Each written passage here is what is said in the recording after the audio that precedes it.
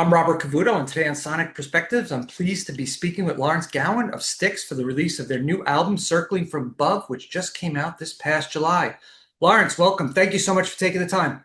Very much my pleasure, Robert. Great to see you. I love the new album. I got this at the merch, Ooh, that's an signed. autograph. That's an Yeah, autograph copy. I want to get me one of them myself. you got to talk to your manager. Well, I'll see if I can get him on a Zoom call. Yeah, I got it at the merch stand the night I saw you show, July 20th in PNC. Tremendous Yes. show. You guys were crazy killing it. Thank you so much. That I yeah, yeah, what a great night that was.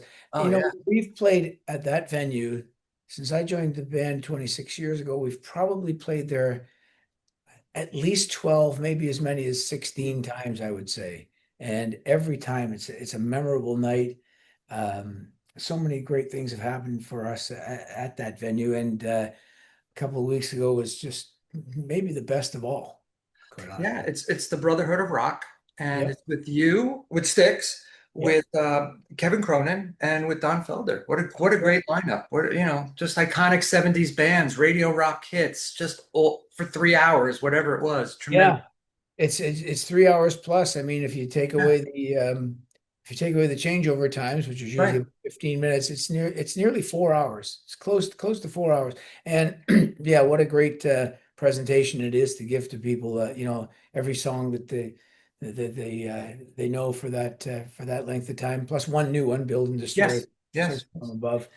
So we do test their ability to adapt to something new for a few minutes. And No, yeah, what amazed me the most was about the whole show was that you guys were in jackets, long sleeves, and it yeah, was sweltering. sweltering. So it was an Yeah, inferno outside. I was yeah. dripping wet just in the audience. I couldn't Yes. imagine even performing. I don't know how you Oh, yeah. guys do it. It took a while. Took a while to get my jacket and stuff off after that show because it just looked like I walked through the shower. And same for the rest of the guys in the band. It's we kind of have a little competition after a show like Yeah. that to see who can wring out the most Oh, sweat from their shirt. It's pretty gross.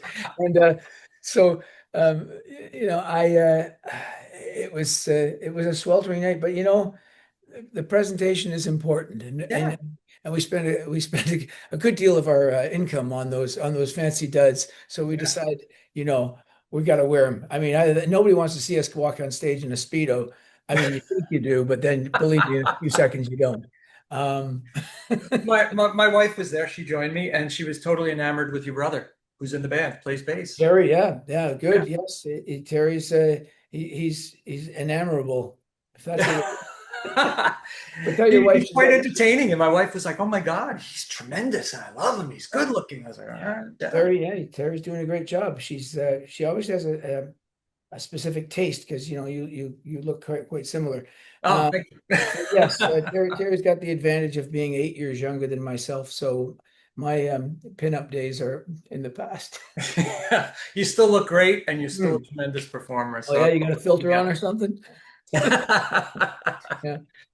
Well, the new CD is tremendous, and I love it. It's quite an intense ride, delivering true rock classics with some shades of light and shades of dark in it. And I really love it. Congratulations to you guys. Well, thank you very much for feeling that way. That's, we're very proud of this record, quite frankly, and we we're hoping that it resonates with people the way that it seems to with those that have taken the plunge.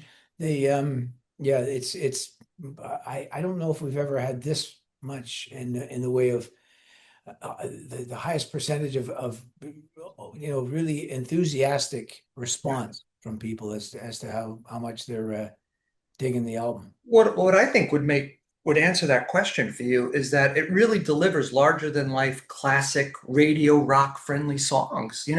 Is it tricky to strike that balance of vintage sticks and something that is enjoyable and great to listen to and it's modern?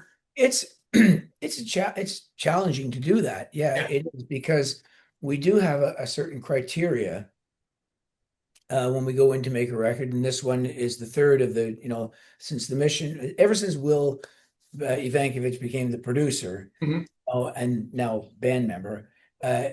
We really have paid very close attention to the fact that people of all ages seem to have gravitated Yeah. toward if you love classic rock, you really love it. Okay, because we see that from 10-year-olds to 75-year-olds and even extremes on those two ends and every single night. And you would have seen it at the PNC. I mean, actually, one of the comments we made after that was, "Did you see how many people like under 30, let's say, Mhm.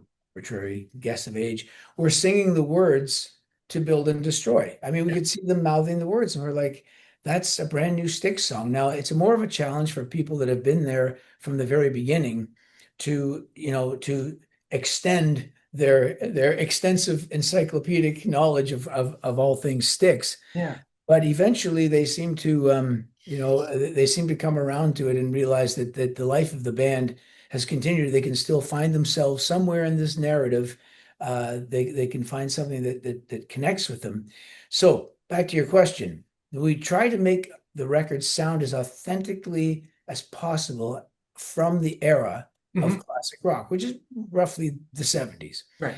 At the same time, the danger in that is that you can fall into cliches, particularly in a lyrical sense, and musical, of course, but you can fall into a certain sort of cliche type thing. So instead, what we do is we try to draw from that era as much as we can, bring it into this era, sing about things that are relevant to, or as we perceive relevance to today, Right. and put some musical twists in there that bring up the unexpected. Yeah, so there's a balancing act there, but once it's passed that certain litmus test, I guess you'd call it in Yeah. some ways, and we're all nodding our heads in the right direction, then we feel like this is our best work. I thought it was tremendous. And as I mentioned earlier with the introduction, there's shades of light and dark in the lyrics, you know. Yes. Yeah. Um, every band member writes, every band member contributes. Did you guys sit down to discuss a theme that would be carried through this? I got the sense there was a theme, not necessarily a concept, but a theme. So do you guys sit down at a table and discuss this, or is it just what you guys individually come up and it just works? The only time we discussed a theme beforehand was with the mission. Hmm. Both with Crash of the Crown and with Circling from Above, the theme presented itself as each successive song became past that test that I'm just Right. talking, right? And even right up until the 11th hour, um, there are there are there's fine tuning and sometimes more than just fine tuning of what exactly is the overall, it's too heavy a word to use, but the musical philosophy, so to speak, that we're putting forward. Right. So to many people, that can come across as something that's conceptual, but in fact, it's really just a collective of cohesive songs that take you somewhere in the theater of the mind that basically you can make of it what you will. Yeah. I bring up this quite often. I remember seeing, reading an interview with John, one of the many interviews I would read with John Lennon about Sergeant Pepper and how he insisted that that was not a concept record. It was a collection of songs. And they said it was, because they said it was conceptual, people accepted it that way. Mhm. But really, he said it wasn't. It was a collection of songs. And everyone's concept of what Sergeant Pepper is was different. Right. Eventually, a couple of them got made into movies, Yeah. and Circling from Above is a record that, like a good number of classic rock, particularly progressive classic rock records, Yeah. like Genesis records, and to some extent some Queen records and Yes albums, of course. They have an overall, yeah, I guess I'll use that word again, cohesive collection of songs that convey something that feels very, very connected. So the 11th hour change was the fact that we thought a lot of this material is about the struggle, external struggle between nature and technology, and then the internal struggle of us trying to do the balancing act with our heads. Yeah. And that led to I'd say it's an 11th hour change of the album cover itself. We had this Oh, really, really cool concept of it. And then Tommy said, I'm feeling more like the starlings that go through my backyard have more to do with this record. And that's where suddenly we thought, oh, okay, the starlings, the satellite dish and they destroy it. And, you begin to put that together, and then because that conveys a lot of the sentiment that's in It's Clear and obviously Build and Destroy, and some of what's being talked about in like in Michigan, and definitely Circling from Above, Right.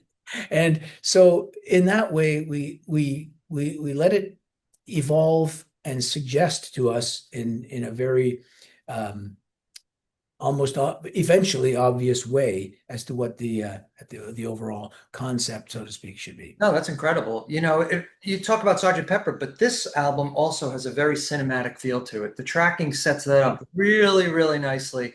yeah, And it goes in and out, and it flows, and there's ebb and flow to it. And I thought that was tremendous how you guys put it together. And I created a visual in my mind because yeah, I enjoy the album so much. And then you saw the video for Build to Destroy and the yeah, warning behind it, and yeah.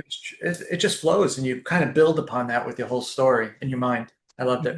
That's great. That's exactly that's exactly how we want people to perceive it. Now, does everybody in the band like what do you guys draw out of each other creatively?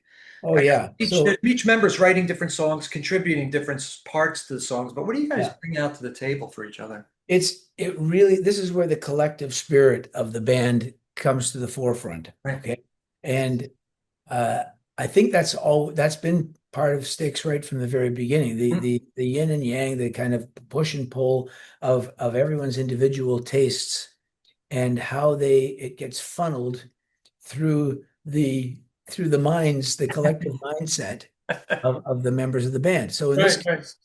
in this case now, on this record, we have, the songwriting team, not on all songs, but basically uh, Tommy Shaw, Willie Vankovich, and myself, we kind of get deep into the writing phase of the Mhm. record to try to get that part right, and once that's achieved, there's a great thing that happens next. It begins, it's almost like it's a black and white kind of sketch. Yeah.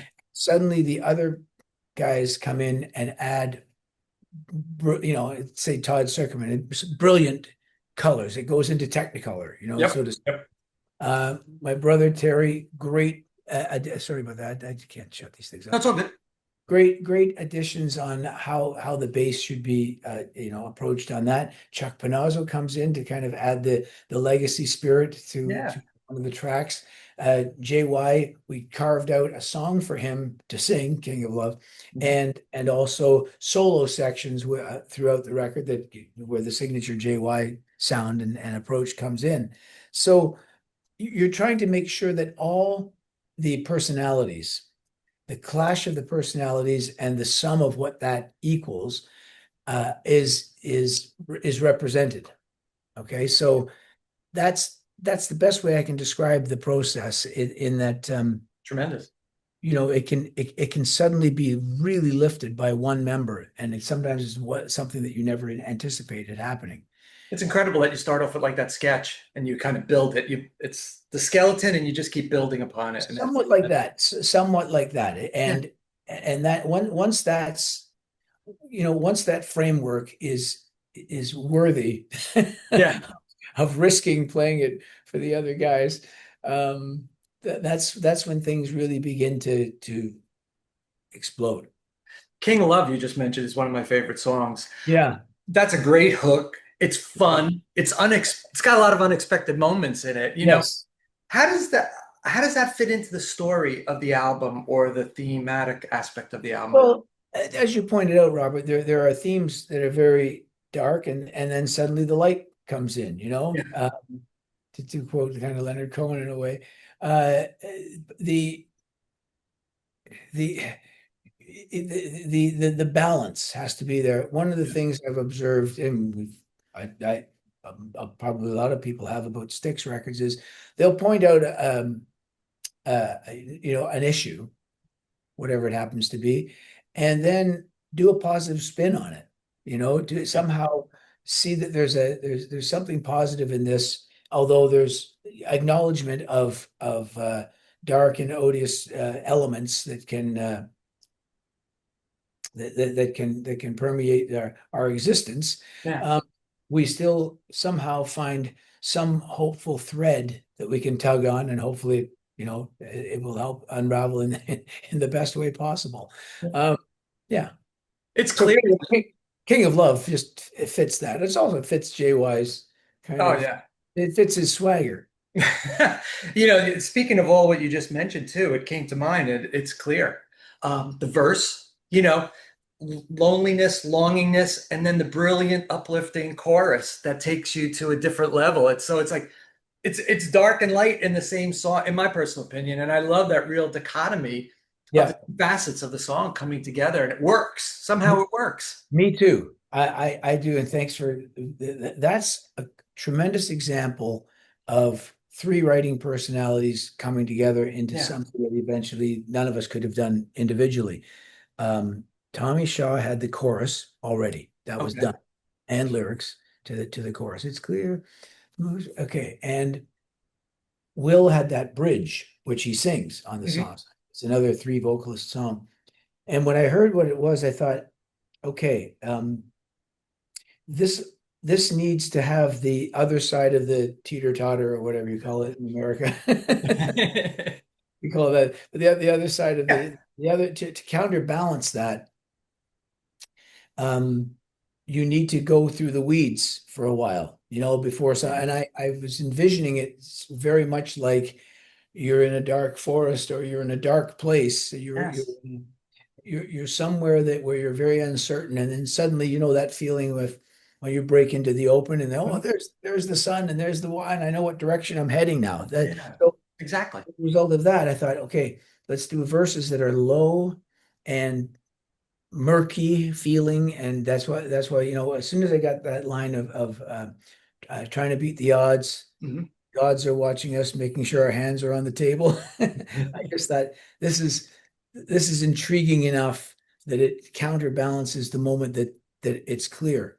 Um, I'm really proud of how we put that song together. I love So it. That's my favorite song on the album. I love that. great. Hands down. I wish you would have played it live. That would have been a tremendous song also to play live. I know you can only do so much in two hours, It's but only so much, and I'm sure we're going to get to that probably in the next few months. I think the thing is the reason Build and Destroy got in there was because we look at the tempo of the set. That's one very critical factor, right, and we're going right. to insert something new. It's a very high bar to get something new into a Styx set. It has to be something that keeps up a certain pace in the show, Yeah, I get it. No, Build it and has to Destroy work. has that you can instantly start nodding your head to it and getting into it rhythmically, which helps a great deal. And then yeah, there's tremendous flow in the set. So many of Styx contemporaries are no longer making new music. Hmm. And what drives Styx to continuously make it? Is it for you? Is it for the fans? And not just become a nostalgia act? All three. That you've Yeah. really that's really the whole um, incentive right there. The every band is different, so every band have perfectly legitimate reasons whether they decide to continue making new music or not. Mhm. And we've considered every one of them ourselves. We look upon it like this: the lifeblood of the band from the time I joined was to connect with the live audience as much as possible, as often as possible Yeah. throughout the year. So the 100 shows a year mark, which we've maintained somehow, um, was the top of the list of Mhm. priorities. And having that live experience, and the more and more that the internet, what we're using right now, became so ubiquitous in our lives, the more we wanted to give the live experience, which you can't download. I mean, you can hold your phone up all you like, but you're not going to get the same experience. I did it myself when I went and saw the Rolling Stones not recently, a few years ago, and I'm like, when I got home, I'm like, this doesn't feel anything like what I felt in the show. I mean, I was like ecstatic, and now this is just a little. So, but we try to keep those moments alive in any way we feel necessary. Um, but that was the first thing. The second thing was to somehow keep the songs relevant in a way, not to play them in a sense not to do anything by rote, not necessarily to be faithful to the albums, but give a really high energetic, committed performance of Yeah. the material. And then third was, this is part of the lifeblood of an album, of a band. One is, the live playing is kind of if I to use a body analogy, the light the blood of the band is playing live. Right. That's very visceral. But it's almost like, for a musician, something new coming in and attempting something new is like breathing. It's like you just need to take in that oxygen, even if the air is polluted. You know what I mean? Even if there's lots of reasons not to, your body's still going to invariably just go for it. Go gasp for air. And that's what anything new offers the band. And so that's of vital importance. I think it's tremendous you do touring in the new album, and I think it's excuse me for saying, I think it's your job. As fans, we expect new music, we expect live performances, we expect to see this, and we enjoy it, and we live for it. It makes the place was packed, everybody was singing, everybody was enjoying living in that moment, and you made everybody happy and forgot about all their problems for 90 minutes, 2 hours. And that was the whole point of it. Not including the drinking in the parking lot, but the whole You know, you've encapsulated the whole experience right there. We know, music serves a different purpose at different times. yeah. Okay. And today, the world, I mean, the world's always been fractured from my little studying of history, but today it's particularly fractured and particularly polarizing because of, you know, a lot has to do with the fact that we have, well, way too deep a subject. We just know it is. Yeah. But at a concert, what you see suddenly is humanity in complete harmony and agreement that we love this music, we love these songs, we love the experience that they've given us in our lives, and there's nothing but joy, Absolutely. We all walked out smiling. My wife was And, like, that was tremendous. And we saw you together for the Reading Balloon Festival years ago, and we had a great time yeah, there. And then we saw you again, and it was tremendous. I know I want to be respectful to your time. You've been the front man since '99. Do you remember the first your show that you played with the band? And dude. did you have the level of confidence in accomplishing what we talked about today, doing that then as you do now? Because you were such a natural on stage. Was that automatic to you back then? Okay. It's a great question, and it's a tough one to answer without sounding, big-headed or something. But you see, I think part of the reason that the band accepted me was because I'd had a really successful career prior to joining in Canada. I was an unknown in the US, more or less, and but I'd played all the big buildings that Styx played. I'd headlined every one of them in Canada. Mhm. Or I'd played on the bill with someone, Yeah. and including Styx, right? 97. And so I had that in my vernacular already. Okay. The other thing was this: there was just an instant simpatico feeling that we were kind of the same tribe. Yeah. The moment we got together, we're laughing at the same jokes, we're kind of bringing up the same points that we think are relevant. We just connected in a really strong way, to where before we played that first show, JY, I've told this story before, but JY, you know, back when his Chicago accent sounded very pronounced to me, now I don't just hear it as natural speak. But right before the night before we'd finished the last rehearsal, and I said, you know, somebody said, might have been me, I might have said, how you feeling about this? And he stretched his arms out. I look, it won't even, I can't even do it myself. But his arms kind of crossed the room because he's a big man. Yeah. He went, I feel extremely confident. So confident, I heard that word before. I was familiar with confident, but Yeah. confident, I'd never quite heard. And that sense was really a bolster of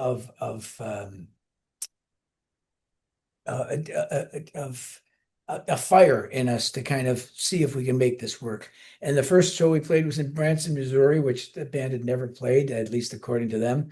They hadn't played.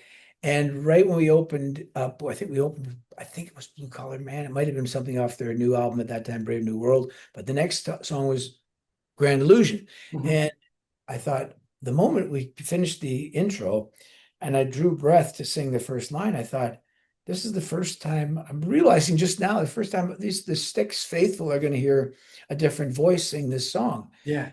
I guess we'll know in about 4 minutes whether this is going to work. And by the end of the song, it was just like the audience you saw the other night. It was big smiles on their faces. They got the experience that that they'd hoped for with the embracing of that song, much the same as I did when I begrudgingly back in the 70s went and saw Genesis because my friend gave me a free ticket to see them because they had this new singer guy named Phil Collins. So I'm like, wait, wasn't he the drummer? Yeah.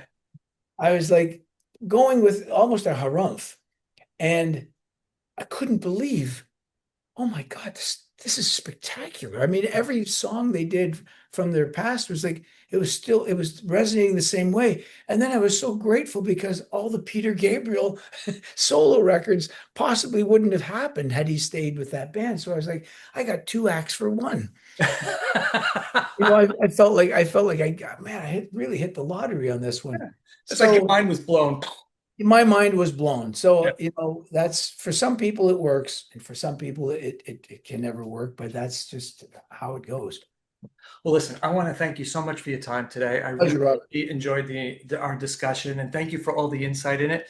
And people, there'll be a link to order this. And if you're at the show, you got to pick up the signed one. That's the best part of it, in my personal opinion. I love the signed version of Good. it. Well, thank you so much. Great to talk to you, Robert. Now go Have a play great your day. guitar. Go play your Bye-bye. Van Halen guitar there. Oh, yeah. Thank you. Okay, man. Cheers.